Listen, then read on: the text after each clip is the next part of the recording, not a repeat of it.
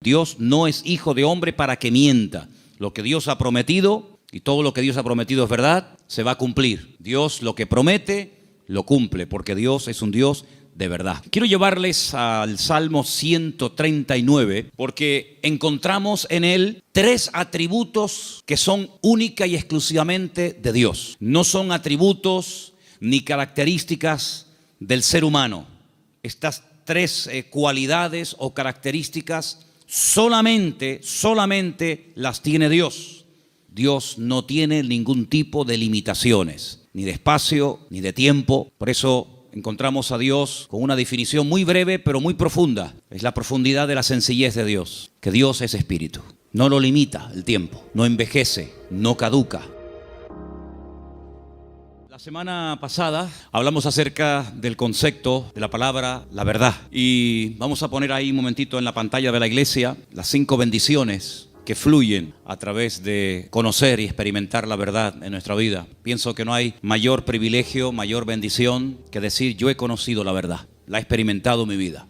Como tenemos ahí en el texto, conoceréis la verdad y la verdad os hará libres. Dijimos que la verdad nos ayuda a ordenar nuestros pensamientos. Hay gente que a veces vienen del mundo o del trasfondo religioso del cual vienen, pues con unas ideas muy equivocadas, unas ideas muy alejadas de la verdad, de la sana doctrina, y por eso es muy importante conocer bien la verdad, conocer bien la palabra de verdad, conocer al Dios vivo y verdadero, para que de esa manera no siga habiendo en nuestra vida un caos, un desorden, una especie de anarquía, guiada muchas veces por emociones, por sentimientos, sino que es la verdad la que nos tiene que poner en orden nuestra vida. En segundo lugar, habíamos visto cómo la verdad tiene también algo muy positivo en nuestra vida, y es que anula todas las mentiras que el diablo a lo largo de los tiempos ha ido metiendo en nuestra mente. No hay nada peor que creer en una mentira creyendo que es una verdad. De hecho, pusimos el ejemplo la semana pasada de personas que incluso han dado y siguen dando la vida por auténticas mentiras, pero ellos creen que son verdades y ya digo, están dispuestos incluso a dar su vida por dichas mentiras.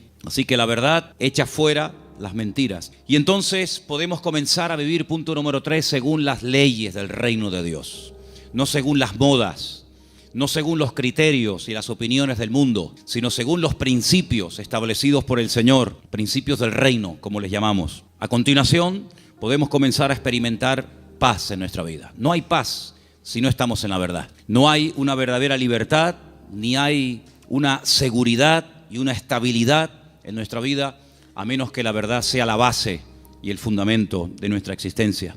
Y finalmente, dijimos que la verdad fortalece el espíritu, la mente, y también, como no, le hace un favor muy grande al cuerpo. Y finalmente terminamos compartiendo 3 grandes verdades. Yo dije que una de las verdades es que la verdad se puede conocer, la verdad se puede experimentar, porque la verdad tiene nombre, y el nombre de la verdad es Jesús. Jesús dijo: yo soy el camino, yo soy la verdad y yo soy la vida. Y si eso es verdad, y vimos que la segunda verdad es que Él volverá, y la tercera verdad dijimos que Dios no miente, basándonos en el texto del libro de Números, capítulo 23, verso 19. Dios no es hijo de hombre para que mienta. Lo que Dios ha prometido, y todo lo que Dios ha prometido es verdad, se va a cumplir. No es una especie de trampa, una especie de truco donde dice, bueno, te prometo esto, pero a la hora de la verdad no es verdad, no es así. Dios lo que promete, lo cumple, porque Dios es un Dios de verdad. ¿Cuántos dicen amén? Quiero llevarles al Salmo 139, porque en esta tarde vamos a meditar sobre 3 verdades más. Y la primera está basada en el Salmo 139, a partir del versículo 7. Es un salmo muy interesante, porque encontramos en él 3 atributos que son única y exclusivamente de Dios. No son atributos ni características del ser humano.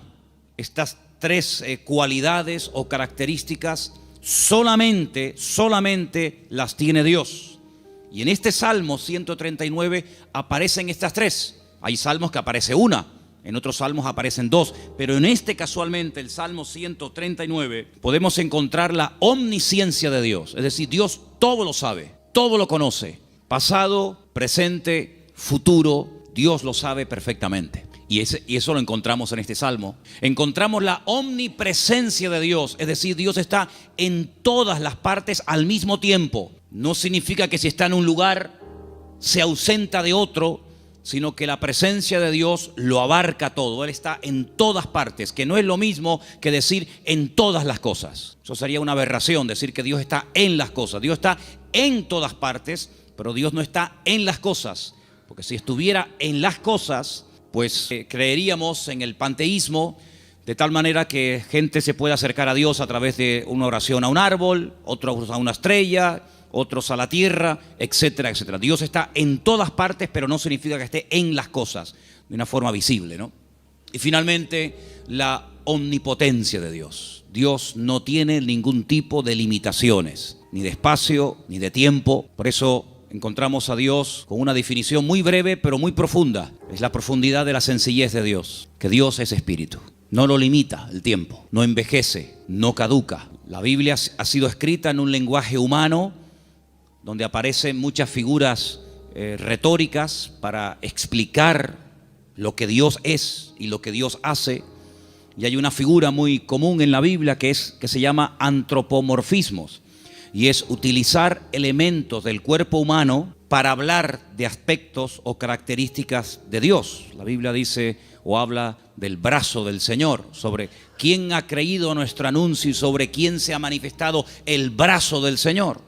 La Biblia habla de los ojos de Dios, la Biblia habla de la mano de Dios, pero son simplemente eso, antropomorfismos, es utilizar un lenguaje conocido, un lenguaje humano, ¿verdad? Distintas partes del cuerpo, para describir la naturaleza de Dios en la vida de su creación, en la vida de los seres humanos. Hemos oído a veces escuchar como que la naturaleza tiene el libre albedrío de hacer cuanto quiera, y no es verdad. Las leyes de la naturaleza las estableció Dios desde el principio de los tiempos. Fíjense qué curioso que todas las leyes que el hombre ha ido descubriendo con el paso del tiempo son leyes que estaban ocultas a los ojos del hombre. El hombre no las ha inventado, simplemente las ha descubierto, ¿verdad? Pero son leyes que Dios estableció desde el principio de los tiempos. Y uno de los libros más profundos de la Biblia, que es el libro de Job, encontramos el peso de la tierra, encontramos los nombres de algunas constelaciones y estrellas, encontramos cómo el viento pesa, ¿verdad? Cosa que no se descubrió hasta muchos siglos después, y encontramos muchas cosas muy interesantes acerca de las leyes de la creación. Alguien dijo que lo creado es una manifestación de las ideas y de la voluntad de Dios hechas realidad, ¿vale? Dios hablaba y su palabra se materializaba. Poder que no transfirió al hombre, imagínense. Es un poder simplemente, o es un poder que solamente se limita a él. Dios habla y lo que Dios ordena se materializa, se cristaliza, ¿sí? Sea la luz o sea cualquier otro elemento.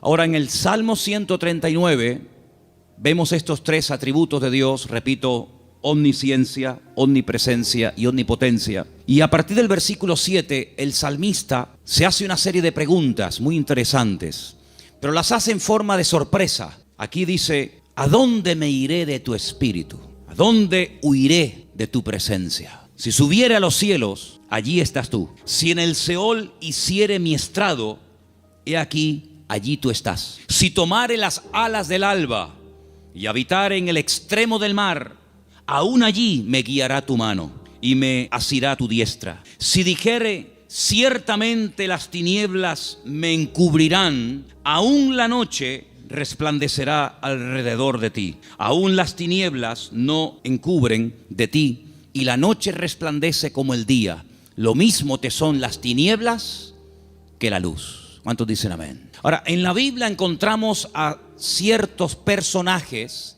que por las circunstancias que estaban atravesando no les quedó más remedio que huir y esconderse de las personas que querían quitarles la vida. Por ejemplo, piensen en Moisés. Cuando él tenía 40 años, dice la Biblia que él, para mediar en una disputa, en una pelea, dice que él se levanta contra un egipcio y lo mata y lo oculta. Pero aparentemente se ve que su crimen, su asesinato no quedó, digamos, oculto. Y al día siguiente alguien le dice: ¿me vas a matar a mí como ayer mataste al egipcio? Y esto le produjo un pánico, le trajo un miedo tan grande a Moisés, que dice que tuvo que huir al desierto. y se ve que no lo encontraron. Se ve que el faraón, que a lo mejor intentó encontrarlo, fue todo en vano, porque pasó 40 años en el desierto y la Biblia no dice en ningún momento que a Moisés lo localizaron y lo llevaron a Egipto y lo sentenciaron. Por lo tanto, supo huir y se escondió, pero tuvo que huir. Tenemos, por ejemplo, el caso de David. David es un joven que recibe el llamado de Dios, la unción, el respaldo de Dios siendo muy joven. El profeta Samuel derrama sobre él aquel cuerno lleno de aceite que tipificaba la unción que él tendría el día de mañana para ser el segundo rey de Israel. Y dice la Biblia que durante muchos años, David tuvo que huir y tuvo que escaparse y esconderse, porque Saúl estaba obsesionado con quitarle la vida. Y se ve que lo hizo bien, por supuesto, la bendición de Dios también estaba con él, porque Saúl nunca lo encontró, a pesar de que muchas veces estuvo muy cerca de echarle mano, incluso hasta de quitarle la vida. Así que vemos que hay hombres en la Biblia, seguramente hay otros, que tuvieron en momentos puntuales de la vida que huir. Pero lo que me llama la atención es que estas personas huían de hombres y fueron capaces de ocultarse de esos hombres, sea Faraón, sea Saúl, que querían quitarle la vida. Pero lo curioso es que en el primer libro de la Biblia, el libro del Génesis, el primer hombre intenta jugar al escondite con Dios. Porque dice la Biblia que cuando Adán peca, se esconde de Dios, como si Dios no supiera dónde está. Es decir, Adán está tratando a Dios como si fuera un hombre. Así como Saúl no pudo encontrar a David porque sabía dónde esconderse, y así como Moisés se supo meter en el desierto y no lo encontraron, Adán creía que se podía ocultar de Dios. Sin embargo, el Señor sabía perfectamente dónde está. Me llama la atención que cuando leemos el libro del profeta Jonás, en el capítulo 1, dice la Biblia que él recibe un llamamiento para ir a predicar a una tierra extranjera, a la capital del imperio de Asiria. La ciudad se llamaba Nínive, pero él no quería ir, porque él sabía que si la gente se exponía a la palabra y se arrepentían, Dios los iba a perdonar. Y como él no quería que Dios los perdonara, sino que los castigara y los destruyera, pues dice: no voy a predicarles. Y como no van a tener la opción de arrepentirse, pues que se mueran. Y entonces dice que desciende a una ciudad que en la Biblia se llama Jope, pero que en la actualidad se llama Jaffa, y dice que toma un barco para huir de la presencia del Señor. Bueno, hay un momento en el que los marineros le preguntan: ¿qué haces aquí? ¿Cuál es tu nacionalidad? Y dice que los marineros se dieron cuenta de que él intentaba huir de la presencia del Señor. ¿Eso qué significa? Bueno, en ese momento y hasta siglos más tarde, se creía que Dios donde estaba y donde Dios vivía y moraba era en Jerusalén, en el templo que estaba en el monte Moriah. Y cuanto más lejos me alejara de Jerusalén, y si encima me monto en un barco y me voy mar adentro, pues es como que la presencia de Dios la dejo atrás y Dios pues no me encuentra. Yo estaba leyendo hoy justamente el libro de Jonás, y hay una canción que nosotros cantamos en la iglesia, parte del Salmo 118, que dice: desde la angustia invoqué al Eterno y Él me oyó. Y en la oración que Jonás hace desde el vientre del gran pez, pues dice la Biblia que él dice: desde la angustia invoqué al Eterno y Él me respondió. Así que el Salmo 118 Jonás lo sabía perfectamente, pero el 139 se ve que se olvidó. Porque el 139 el salmista dice: ¿a dónde me voy a esconder? ¿A dónde voy a huir de tu presencia? Vaya a donde vaya, sea hacia arriba, sea hacia abajo, sea a la izquierda o sea a la derecha, nunca podré huir de tu presencia, porque él tenía bien claro el concepto de la omnipresencia del Señor. Ahora, esta gente huía en el sentido negativo, pero hermanos, esto nos tiene que producir un gozo y una alegría a todos y a cada uno de nosotros enorme, inmensa. ¿Sabéis por qué? Porque vayamos a donde vayamos, no importa las circunstancias en las que nos encontremos, la presencia del Señor siempre, siempre estará a nuestro lado. No importa si te encuentras en una cárcel, allí el Señor sabe que estás. ¿O acaso nos hemos olvidado de que una noche bien tarde Pablo y Silas cantaban, los presos les oían, pero no solamente los presos les oían, sino que el Señor en el cielo también les oía, y dice que los liberó de una forma tremenda? Dice la Biblia que cuando estaba en la tempestad, Al día siguiente, cuando llevan ya más de 20 días en ayuno, sin ver estrellas, sin ver sol, perdidos, desesperados en medio del mar Mediterráneo, se levanta el apóstol Pablo y dice: no tengan ningún temor, porque anoche estuvo en mi camarote el Señor y me dijo que si nos mantenemos unidos, nadie va a perder la vida. Luego lo vio en la cárcel y también lo vio en la tempestad. Pero también se acordó de que en el desierto había un viejito llamado Moisés, que hacía 40 años que había huido de Egipto, y el Señor lo encontró. Y el Señor sabía que en aquel pozo, aunque los hermanos se tapaban los oídos y no querían oír los gemidos y los gritos de José, la Biblia nos enseña que el Señor siempre estuvo con José en el pozo y posteriormente en la cárcel.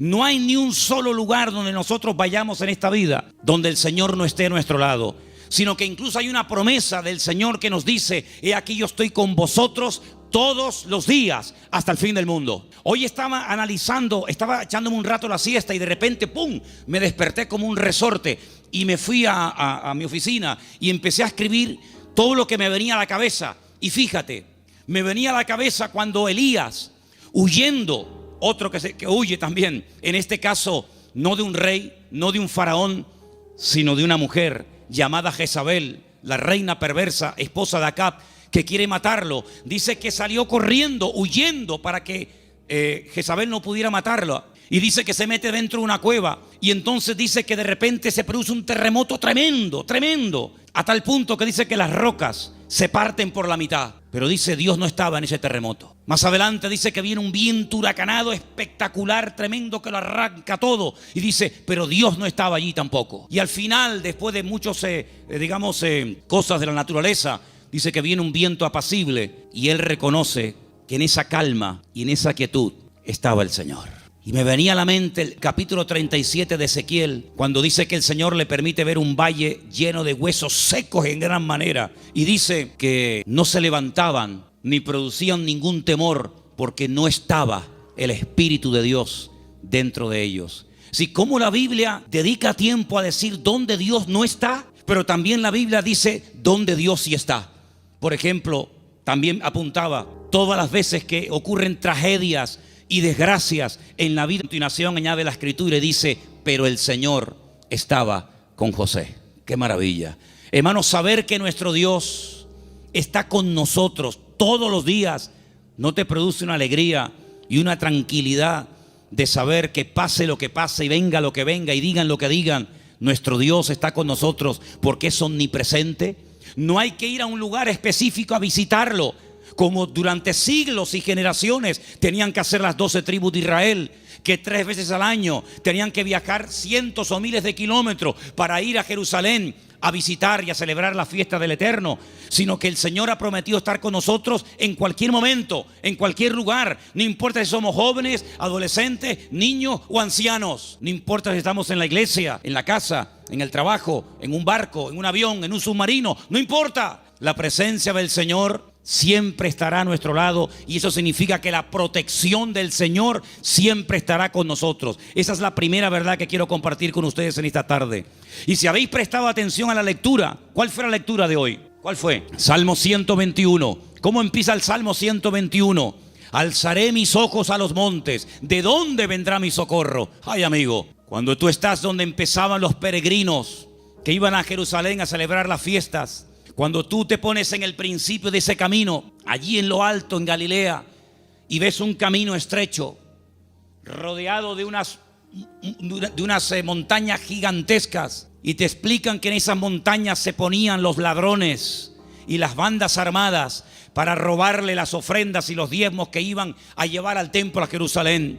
¿Cómo nos van a alzar los montes los peregrinos y decir, Señor, ¿de dónde vendrá nuestro socorro? No es que está implorando la ayuda de las montañas, no, porque el versículo siguiente dice, nuestro socorro viene del Señor que hizo los cielos y la tierra. No dará tu pie resbaladero, ni se dormirá el que te guarda. Él guardará tu salida y tu entrada desde ahora y para siempre. Hermanos, en estos tiempos en los que estamos viviendo, es importante que nos recordemos cada día, el Señor, la presencia del Señor, la cobertura del Señor está a mi lado. ¿Cuántos dicen amén? Esa es la primera verdad que tenemos que tener presente en nuestra vida. Primera de Juan 5:18, primer versículo que nos van a leer en esta tarde. Primera de Juan, capítulo 5, verso 18. Presten atención, por favor. Sabemos que todo aquel que ha nacido de Dios no practica el pecado, pues aquel que fue engendrado por Dios le guarda, y el maligno no le toca. El maligno, la promesa que dice, el maligno no le toca. ¿A quién no le toca? Al Hijo de Dios. ¿Y por qué no le toca? Porque está protegido. ¿Por quién? Por aquel que lo engendró. Nuestro Dios no solamente está, sino que está para defendernos, está para guiarnos, está para bendecirnos.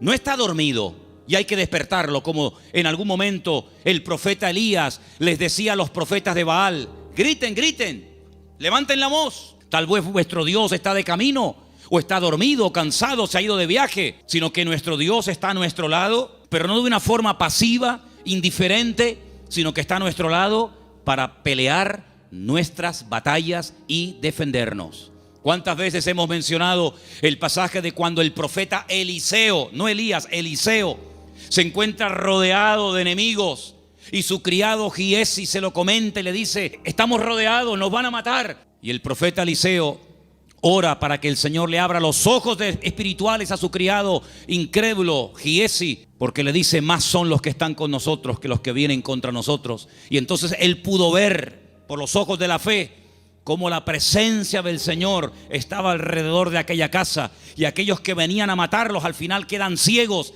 y ellos los tienen que guiar hasta salir de la ciudad. Hermanos, ese es nuestro Dios, un Dios que ha prometido estar con nosotros todos los días. Estemos también nosotros con Él todos los días. ¿Cuántos dicen amén?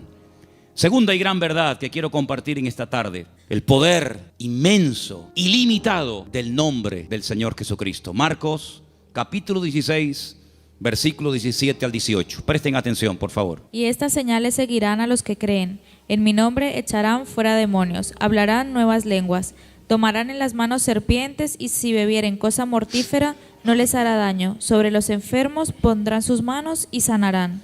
Todo cuanto se menciona ahí con una connotación milagrosa: echar fuera demonios, hablar lenguas, orar por los enfermos, etcétera, etcétera, todo va precedido por el nombre de Cristo. El Señor Jesucristo nos enseña en la palabra que cuando oramos los creyentes tenemos que orar en su nombre. Firme la oración. No oramos en nuestro nombre, no nos acercamos a Dios con nuestros méritos, sino que oramos en el nombre del Señor Jesucristo. Y en el libro de Filipenses, el capítulo 2, nos da una pincelada, una explicación del poder tremendo de ese nombre. Presten atención. Después de humillarse, después de despojarse de toda su gloria y dignidad, después de haberse hecho siervo y estando en la condición de hombre, se humilla hasta lo sumo y muere de una forma terrible, como era la muerte de cruz, y haciéndose obediente hasta la muerte. A continuación de eso dice: por lo cual Dios lo exaltó hasta lo sumo, a lo máximo,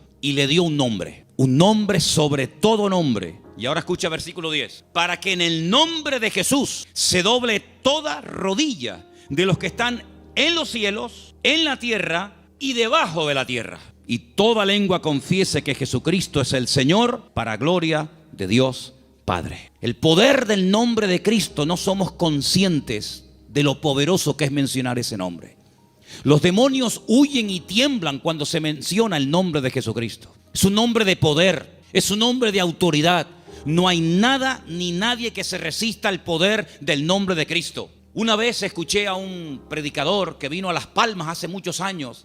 Había sido misionero en África, y un día no se le ocurre otra cosa más que ir a una tribu de caníbales. Y dice que mientras dormía en una choza durante la noche, hay un momento en el que él se despertó y ve a un caníbal con un garrote a punto de darle un palo en la cabeza y matarlo.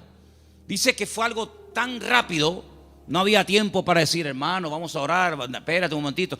Dice que solamente dijo: Jesús. Solamente mencionó el nombre del Señor. Y dice que se le cayó ese garrote de la mano a este hombre y salió corriendo. Hermanos, hay millones de testimonios de personas que han sido sanadas, liberadas, salvadas, bendecidas y transformadas por el poder del nombre de Jesucristo.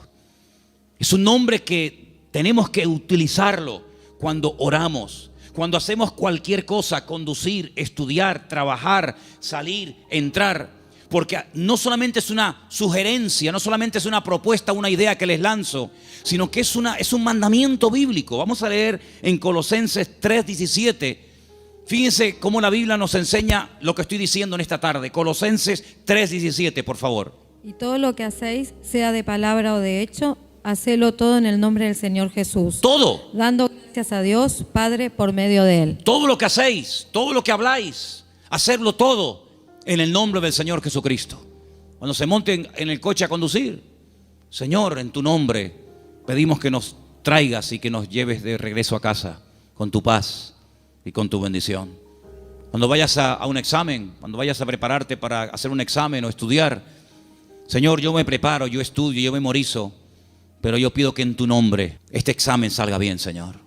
Cuando vas a trabajar o cuando vas a buscar trabajo, cuando vas a dormir, cuando vas a levantarte, todo lo que hacemos y todo lo que decimos, dice, hacedlo todo en el nombre de nuestro Señor Jesucristo. ¿Cuántos dicen amén? Y vas a ver cambios, vas a ver algo diferente en tu vida, porque ese nombre es un regalo, permítame la palabra, que Dios le ha dado al creyente, a sus hijos, a su pueblo, a su iglesia, para que lo use. El Señor Jesucristo le dijo un día a sus discípulos: no habéis recibido nada porque no os habéis atrevido a orar en mi nombre, pero a partir de ahora todo lo que pidáis en mi nombre os lo daré, para que mi Padre sea glorificada en esa petición. ¿Cuántos dicen amén? Así que esta es la segunda verdad que tenemos que interiorizar en nuestra vida. Tenemos un nombre, hermanos, un nombre de autoridad en el cielo, en la tierra donde vivimos ahora mismo y aún debajo de la tierra.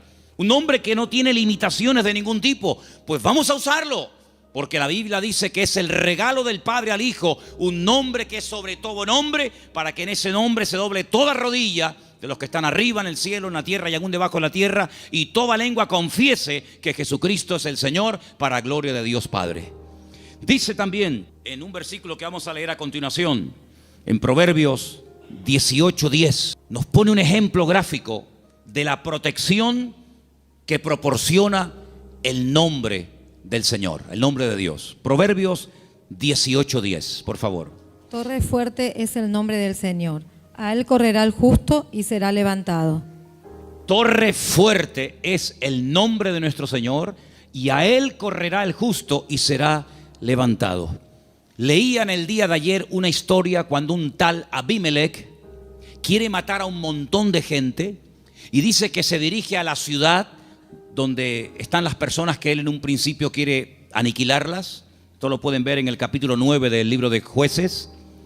Y dice la Biblia que en esa ciudad había una torre donde la gente de la ciudad, las mujeres y los niños se metieron, subieron a lo alto de la torre y allí se escondieron, y dice que no les pasó nada. Yo no sé si el salmista se inspiró en esa historia para escribir estas palabras. Torre fuerte es el nombre de nuestro Dios. A Él correrá el justo y será salvado en el tiempo de la angustia, en el tiempo de los problemas. Así que, hermanos, les animo a que en esta semana, no en vano, porque fijaros que sagrado es el nombre del Señor, que hay un mandamiento de los 10, del decálogo, hay uno que curiosamente hace referencia a su nombre: no tomarás el nombre de tu Dios en vano. Pero bueno, una cosa es no tomarlo en vano y otra cosa es no tomarlo nunca. Por lo tanto, cuando menciones el nombre del Señor, que la gloria, una vez obtenida la respuesta a esa petición o a esa necesidad, que la gloria no sea para ti, sino que la gloria se la lleve el Señor. ¿Cuántos dicen amén? Hay también una tercera verdad que quiero esta tarde. Y para los que no estuvieron, el otro día aquí en la iglesia, el día jueves, en la carta de Pablo a Tito, una carta pequeñita que está por ahí por el Nuevo Testamento, ustedes la tienen también, no les quepa la menor duda. El apóstol Pablo deja a Tito en la isla de Creta para que impida que se mezclen o que se metan en la iglesia falsas enseñanzas, falsas doctrinas, etcétera. Y una de las cosas que el apóstol Pablo le decía a este joven pastor es que en la iglesia tiene que haber, a nivel de cuerpo, una sana doctrina, y que el liderazgo, los ancianos que él iba a nombrar para que ocuparan cargos de responsabilidad en la obra, Tenían que ser personas con una serie de características. Algunas eran prudentes, con paciencia, serios, sobrios, etc. Pero lo que me llamó la atención es que dice, y el liderazgo tiene que tener una fe sana. Bueno, literalmente dice que sean sanos en la fe. Y esto despertó mi curiosidad, porque la tercera verdad que quiero que en esta tarde escuchen ustedes y quiero compartir es el poder que tiene el cuerpo, el pueblo del Señor, siempre y cuando la fe de esa iglesia sea una fe sana. Y algunos dirán, pero ¿cómo que una fe sana? ¿Es que acaso hay una fe que no es sana? Pues sí, la fe a veces se puede enfermar. De hecho, vimos el jueves, repasamos un poco, que hay un momento puntual en el ministerio del Señor Jesucristo en el que algunos discípulos vienen y le dicen, Señor, nos ha pasado algo y queremos contártelo. Hemos entrado a una ciudad y no nos han querido recibir. No han sido hospitalarios, han sido fríos. Incluso nos han pedido que nos marchemos de la ciudad, que no quieren saber nada de ti, de tu ministerio ni de tus palabras. Y le dicen ellos al Señor, y uno de ellos era nada más y nada menos que Juan. ¿Quién lo diría? Señor, ¿quieres que oremos para que caiga fuego del cielo y los destruya a todos? Oye, qué fe, ¿eh? Ellos creían que si oraban y que cayera fuego del cielo, el Señor respondería a sus oraciones. Pero el Señor dice, alto. No. Ese espíritu no es el que debe de caracterizar a un discípulo mío. La fe no es para destruir, la fe es para edificar. Si en todo lugar donde no nos escuchan vamos a pedir fuego, vamos a prenderle fuego a todo el país. Y una vez dije, ¿por qué se creen ustedes que el Señor se llevó al profeta Elías? Porque como siguiera como seguía, le iba a prender fuego a todo el país. El único que iba a quedar con vida era él. Pero saben, hermanos, esa es una fe distorsionada. Es una fe mal encaminada. Es una fe que, como una especie de lámpara de Aladino, te crees que todo lo que pides tienes que recibirlo. Y no está basada en la razón, no está basada en la palabra, en el sentido común, sino está basada en una emoción, en un rechazo que sientes hacia una gente que no te ha querido escuchar. Y es una fe que no tiene nada que ver con una fe sana, que es la fe que tiene que tener el creyente. Es una fe totalmente distorsionada, una fe que no es la que yo quiero que ustedes tengan. Luego Pablo también hablaba de que había gente que tenía fe fingida. Fe fingida. Y Pablo dice a Timoteo, yo doy gracias a Dios que la fe que tú tienes no es fingida, porque la fe que tú tienes primeramente la tuvo tu abuela y después se la traspasó a tu madre y ahora la tienes tú. Y dijimos que esa fe no fingida tiene que ver con una fe sincera, sin mezcla, sin hipocresía. Otra versión dice sin engaño, sin máscara. Hablamos también acerca de que hay fe, hay gente que tiene fe, pero es una fe muerta. Tienen fe, pero está muerta. ¿Y cuál es la fe muerta? La que no produce obras. Dice la Biblia, la fe sin obras está muerta. Por lo tanto, cuando vamos a este tercer punto y hablamos acerca de la protección sobrenatural que hay sobre nuestra vida y de lo indestructible que es el pueblo del Señor, para que eso se dé, tiene que haber una fe sana entre nosotros. No una fe rara, distorsionada, enferma, sino una fe puesta en las promesas y en la palabra de nuestro Dios. Y entonces esa fe va a traer estabilidad. Esa fe va a traer una revelación del verdadero Dios al cual tenemos que honrar, adorar y servir.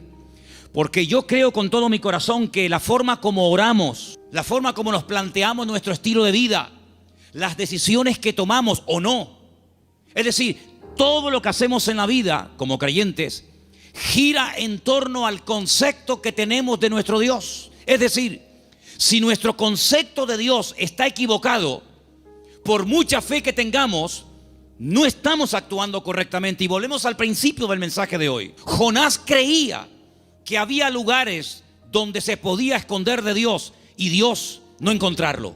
Dice que él huía de la presencia de Dios, huía del llamado de Dios, de la responsabilidad. ¿Por qué? Porque no quería cumplir con el llamado de Dios. Y hace exactamente lo mismo que hizo Adán en el jardín del Edén: huir, esconderse de Dios. Y él creía que uno se podía esconder de Dios, y él actuaba en base a esa creencia equivocada.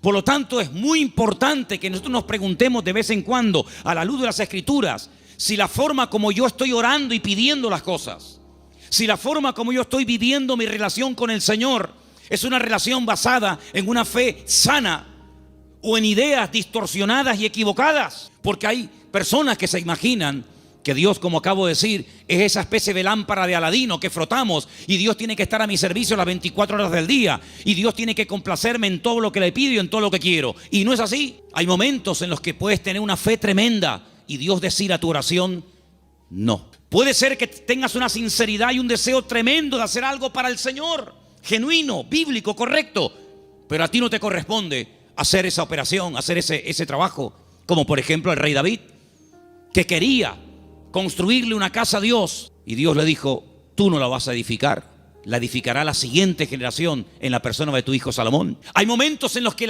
el mismo apóstol Pablo quería ir a ciudades a predicar el evangelio. ¿Será bíblico predicar la palabra? Por supuesto. Es un mandato del Señor, claro, ir por todo el mundo y predicar el evangelio. Pero también hay que decirlo que hay momentos en los que el Pablo quería ir a ciertos lugares a compartir y el Señor le decía, no, ahí no, en Bitinia no. Bueno, pues me voy a Misia. No, ahí tampoco. Y uno dice, pero Señor, ¿no es tu voluntad ir a predicar a todas partes tu palabra? Sí, pero cada sitio y cada persona tiene su momento y tiene su lugar. Y ahora no es el momento de ir aquí, ahora es el momento de ir allá. Y Pablo, que era sensible a la voz del Espíritu, Pablo, que era una persona que se dejaba tratar y moldear, pues no era un niño caprichoso con la pataleta que cuando no le das la chupeta se pone a montarte un lío tremendo, sino que decía, bueno, pues si no es por aquí, será por allá. En otras palabras, no se venía abajo, no se derrumbaba, no se desanimaba, sino que él seguía probando, hasta que al final encontró el lugar idóneo donde el Señor quería llevarlo y usarlo. Por lo tanto, es muy importante que la iglesia interiorice esta verdad. El Señor nos quiere usar. Tenemos que cumplir con nuestras responsabilidades. Por supuesto que sí. Pero ¿estaré yo preparado para eso que quiero hacer? La Biblia nos enseña que cuando José era un joven, ya él sabía lo que Dios quería hacer con su vida. Yo creo que pecó un poco de imprudente. Abrió su corazón a sus hermanos. Tal vez lo mejor hubiera sido abrírselo solamente a su padre. Pero él le abrió su corazón a sus hermanos, le contó los sueños que había tenido y se buscó la ruina de su vida. Bueno, después al final, lógicamente, sabemos que el Señor utilizó todo aquello y lo convirtió en algo positivo, ya lo sabemos. Pero hermanos, él tuvo que esperar desde el momento que recibe la revelación de la voluntad de Dios para su vida, hasta que él ve que eso se cumple. Pasaron muchos años, pasó mucho tiempo. ¿Por qué? Porque el Señor tenía que tratarlo, y tenía que prepararlo, y tenía que capacitarlo, y lo tuvo que hacer pasar por situaciones terribles, pero en todas y en cada una de ellas aprendió lecciones que lo marcaron para toda la vida. Y cuando llegó el momento, el Señor lo levantó y el Señor lo utilizó. Por eso, amados hermanos, ¿en qué momento, en qué etapa del camino te encuentras? Sin embargo, cuando le escribe el apóstol Pablo a Timoteo, le dice: Timoteo, Dios no nos ha dado espíritu de cobardía. Probablemente estaba pasando por un momento de temor frente a semejante responsabilidad.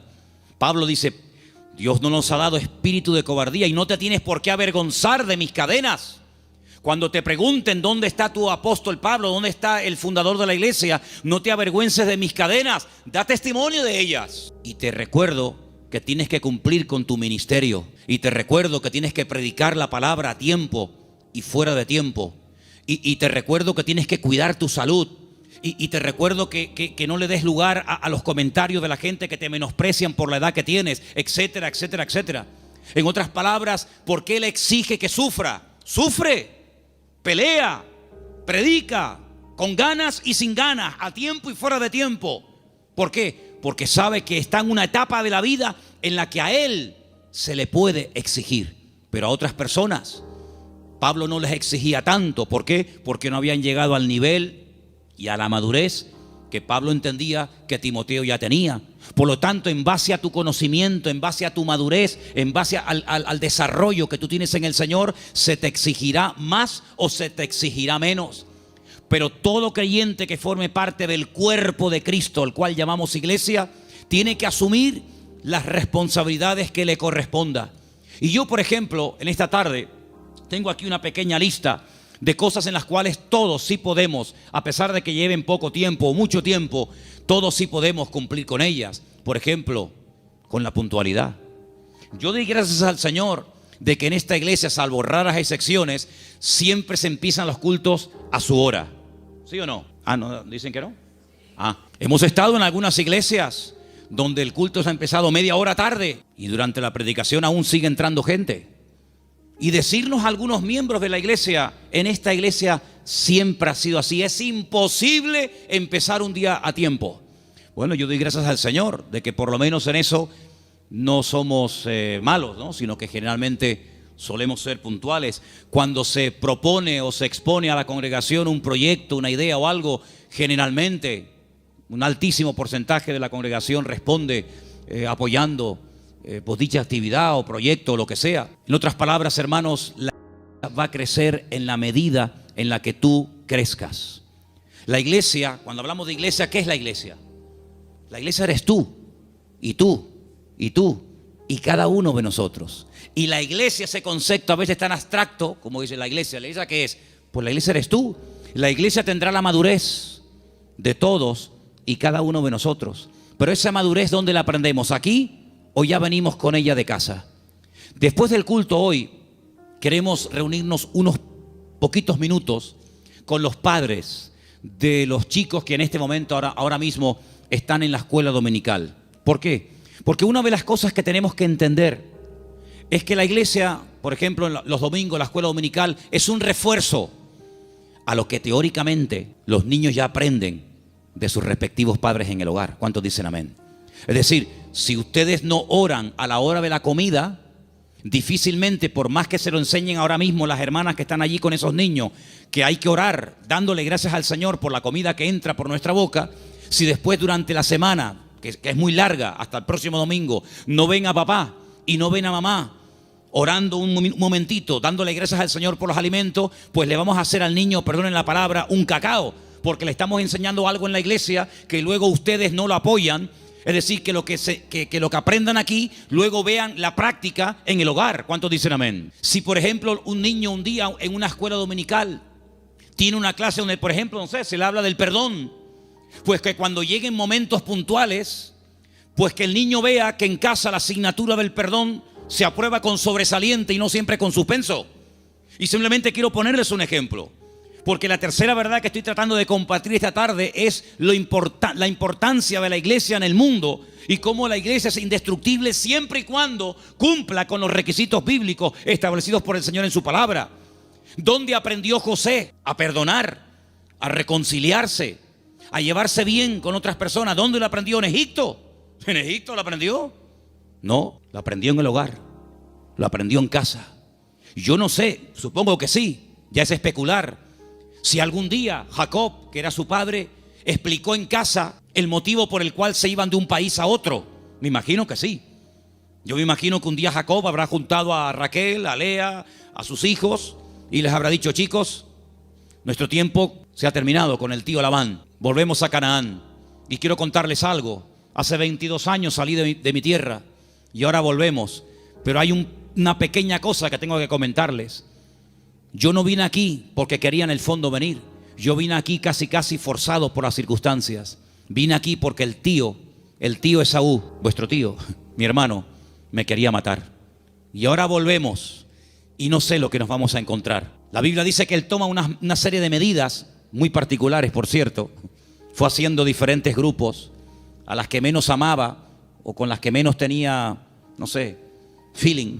Las fue poniendo por delante y él lógicamente se quedó atrás, con la que él realmente quería y con sus hijos.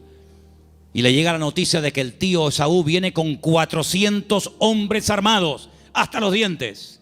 Y entonces él se va a la montaña a orar. Y es allí cuando tiene un encuentro con el Señor que lo cambió para toda la vida. Y es allí donde pelea con un ángel. Y dice la Biblia que allí donde Dios le cambia el nombre de Jacob por Israel. Y al día siguiente llegó el momento de la verdad, amigo. Llegó el momento de a ver qué pasa. O se acaba todo o empieza todo. Y allí se va José con su padre, con sus hermanos. Y allí dice la Biblia que Jacob y Esaú se abrazaron, se perdonaron, se reconciliaron y todo se solucionó. Y allí estaba José.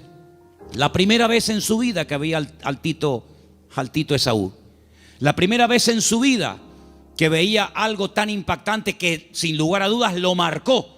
Porque esa reconciliación entre el tío y su papá lo marcó de tal manera que años más tarde, cuando él es vendido por sus propios hermanos, cuando él se da a conocer a ellos y les revela su identidad y les dice: yo soy José, no tiene ni la más mínima gota de rencor, de remordimiento en su corazón, porque él aprendió de una forma objetiva lo que era el perdón y la reconciliación en su familia. ¿Y qué es lo que hace? Él después proyecta en los demás lo que en el hogar aprendió de una forma práctica.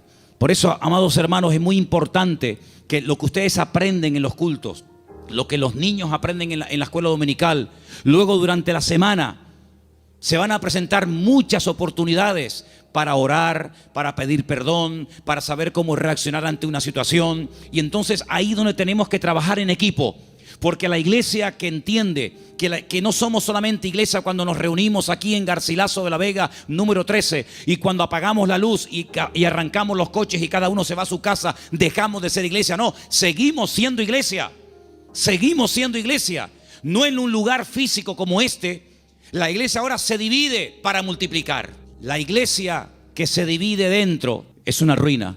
Pero la iglesia que fuera, cuando termina el culto, se divide y se lleva la bendición de Dios, se divide, entre comillas, para después multiplicar y para extender la luz del evangelio fuera. ¿Cuántos dicen amén?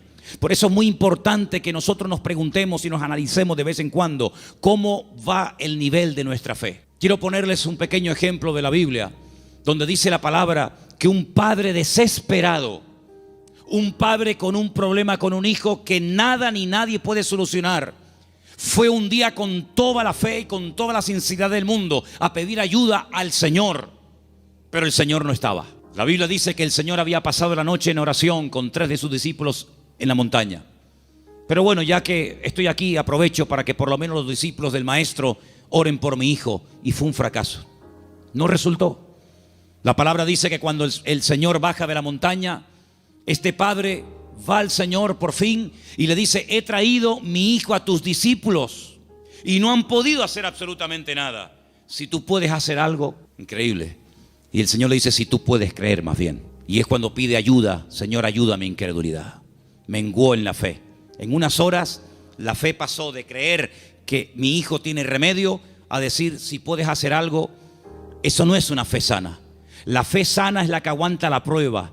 La fe sana es la que se extiende. La fe sana es la que sabe reaccionar cuando dice el Señor no.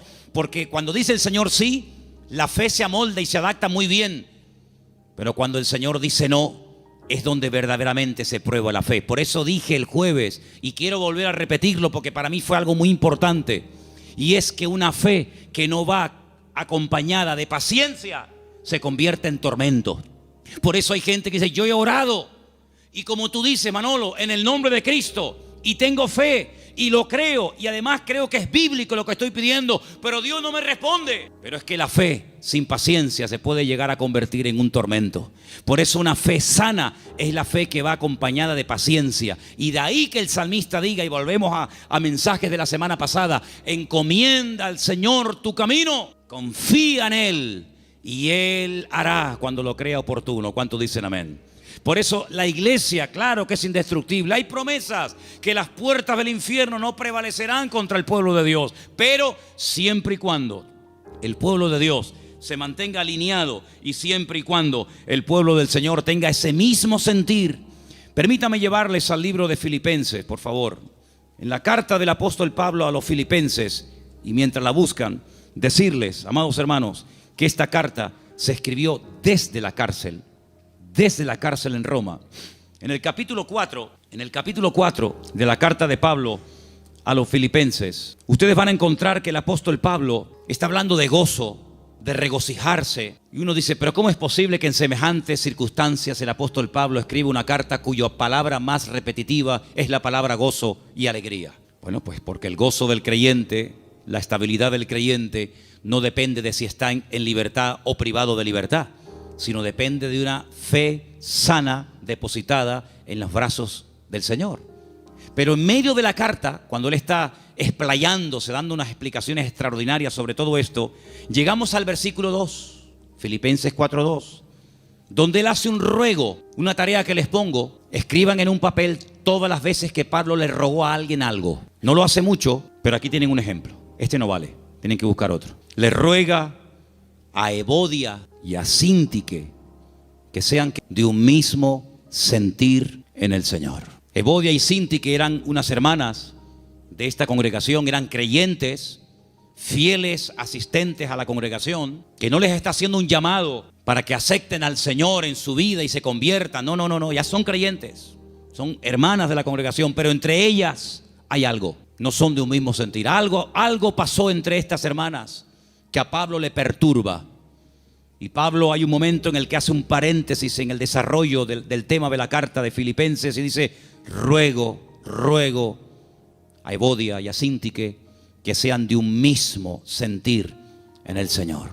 Porque una iglesia, como un matrimonio que tiene un mismo sentir, es algo indestructible. ¿Cuántos dicen amén? Pero una iglesia donde uno dice arriba y otro dice abajo, uno dice a un lado y otro dice a otro, donde uno dice no, oremos, no, ayunemos, no, discipulemos, no, evangelicemos, salgamos, no, quedemos, no. Difícilmente esa iglesia puede ser una iglesia bendecida y una iglesia que impacte a la gente que lo rodea. Pero cuando hay un mismo sentir en el Señor, cuando el capitán de la nave es el Espíritu de Dios y la cabeza de la iglesia es el Señor Jesucristo, esa iglesia puede avanzar, esa iglesia puede ser una bendición, y esa iglesia es un botón, un punto de referencia en el mundo espiritual de algo que el Señor está haciendo en este lugar.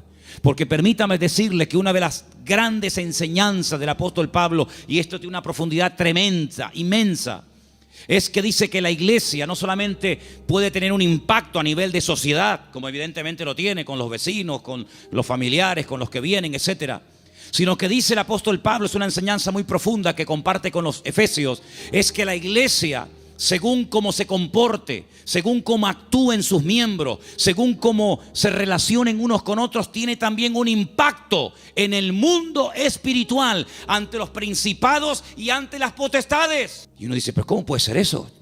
Claro que sí. La iglesia puede llegar a ser un freno, la iglesia puede llegar a ser una luz, la iglesia puede incluso impedirle al enemigo que campe a sus anchas y que haga lo que le dé la gana. Porque la iglesia es un freno en el mundo espiritual que el diablo reconoce perfectamente. ¿O se creen ustedes que el diablo no sabe que tú eres un hijo de Dios? ¿Se creen ustedes que el diablo no nos ve a nosotros? ¿Se creen ustedes que los demonios no nos observan cada día cómo hablamos, cómo oramos o cómo no oramos, cómo entramos, cómo salimos? Claro que lo ven. Había una vez unos jóvenes que querían echar fuera un demonio de un hombre, y cuando fueron a orar por él no se les ocurre otra cosa. ¡Qué listos y qué tontos al mismo tiempo! Querían echar fuera a los demonios en el nombre del Cristo que predica Pablo. Y los demonios le respondieron y les dijeron a los 7 hijos de Seba, así se llamaba el padre de estos muchachos: conocemos a Pablo y conocemos al Cristo que predica Pablo, pero a vosotros no os conocemos absolutamente de nada. Así que el diablo sabe dónde vivimos, sabe nuestra identidad, sabe nuestro nivel de madurez, sabe nuestro nivel de santidad con el Señor, sabe hasta dónde puede llegar, porque como dije al principio, hay una protección, una cobertura sobrenatural 24 horas al día sobre la vida de la iglesia, sobre la vida de cada uno de sus hijos. Pero a veces nosotros podemos abrir rendijas, a veces nosotros incluso hasta le damos ideas al enemigo. Por eso dice Pablo, no le deis lugar al diablo. No le des lugar al diablo en tu casa. Si hay algo por donde está colando el enemigo, sé sabio y quítalo, elimínalo. Si hay algo en tu vida que produce que entres en un picado, en un enfriamiento, en un apartamiento de la palabra y del Señor, aléjalo de tu vida. Rodéate de gente espiritual. Lee libros que te edifiquen y no que te destruyan y te confundan más. Acércate a la palabra del Señor, busca al Señor, porque cuando tú te metes en la presencia del Señor, todo lo que tú aprendas, todo lo que tú recibas, todo lo que tú crezcas, después cuando vengas a la congregación, aunque no hayas abierto la boca y nadie se haya enterado que has entrado ni que has salido, te puedo asegurar que tu vida en el mundo espiritual produce un impacto. ¿Cuántos dicen amén? Y podemos tener el enemigo a raya simplemente con nuestra presencia. Por eso, amados hermanos, estas 3 verdades: la protección y la presencia del Señor permanente sobre nuestra vida, el poder y la autoridad del nombre de Jesucristo, y la responsabilidad y el privilegio de formar parte del pueblo del Señor, que ¿saben cómo lo define el Señor? ¿Saben cómo nos define nosotros el Señor? Real sacerdocio, nación santa, pueblo adquirido por Dios, para que anunciemos las virtudes de aquel que nos llamó de las tinieblas a su luz admirable. El concepto que tiene el Señor de su iglesia es tan grande que dice: para mí, mi iglesia, tú y tú y tú y yo y cada uno de nosotros, Él dice: ustedes son mi cuerpo. Yo soy vuestra cabeza, pero vosotros sois mi cuerpo en la tierra. Somos los ojos, las manos, la boca de Cristo en esta sociedad donde Él nos ha puesto. Y amados, yo les digo algo, lo dije la semana pasada y lo quiero repetir ahora. El mundo está cambiando tan rápidamente que las iglesias van a ser lugares donde mucha gente desesperada, vacía, confundida y desorientada va a venir buscando ayuda. Porque miles de personas en su desesperación, en la pérdida de su trabajo, de salud, de marido, de familia, etcétera, ¿a dónde fueron? ¿A quién recurrieron? ¿A quién les pagaron? A muchos astrólogos, magos, santeros, brujos, adivinos, ¿sí o no? Mucha de esa gente que se ha llevado tremendas desilusiones, mucha de esa gente que ha perdido dinero, mucha de esa gente que se han llevado una desilusión tremenda y han visto que no han obtenido resultados, sino ha sido lo peor.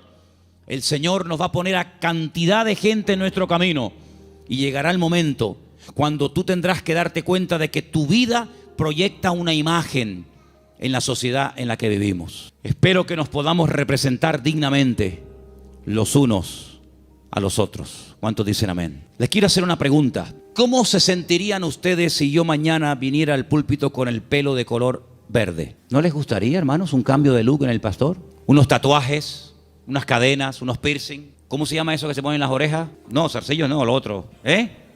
Dilataciones, unas dilataciones. ¿Qué les parece? Como que no, ¿verdad? Como que no. Tal vez a una parte, a un grupo de personas que digamos que se visten y actúan así, no sé, tal vez a lo mejor les haría gracia un tiempo que un señor ya de cierta edad llamado pastor se vista así. Pero son más los que dejaríamos de alcanzar que los que alcanzaríamos con esas pintas, ¿sí o no? Pues sabe una cosa, hermano, cuiden su imagen pública, porque usted como hijo de Dios tiene que dar una imagen sana y digna del evangelio. No decimos, no, es que yo hago lo que me da la gana porque yo lo siento así. Hermano, interiorice esta verdad en su vida.